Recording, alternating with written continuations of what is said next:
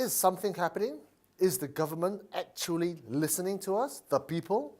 On the basis of several recent developments, you'd definitely think so.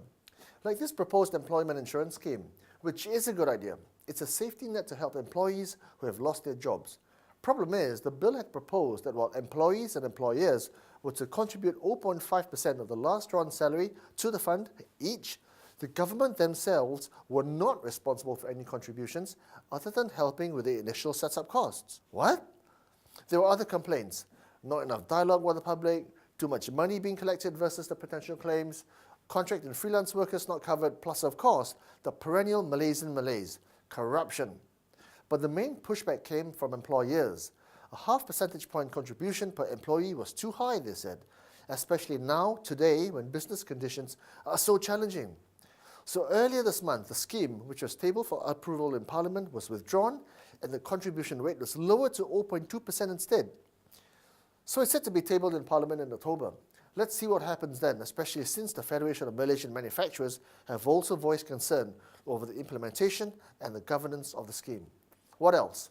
Well, dual-class shares for another. Bloomberg ran a story which said that Bursa Malaysia was considering introducing the scheme here, and predictably it was met with huge uproar. Why? Well, it gives outsized powers to company founders and management, and it basically makes life very hard for minority shareholders when it comes to opposing crappy deals or ousting bad managers. So it might work in Silicon Valley like with Facebook or Google, or in certain isolated cases like Warren Buffett and Berkshire Hathaway. So all these guys have got dual-class share structures. But you see, there's no way this can work in Malaysia because there's so many syndicates and so many greedy family-run companies. And I think Bursa knew in their heart of hearts that introducing dual-class shares here would have been suicide. Not only might it have meant abuses of the highest order, it would also have meant a public backlash that it simply doesn't need right now. Not when there's this much sizzle on the stock market and with corporate earnings recovering and growth returning.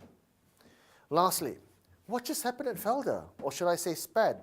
Did the MACC really arrest Tan Sri Issa Samad? Oh my God, right? It's been over a week now, and folks still don't understand what just happened and how to read into it.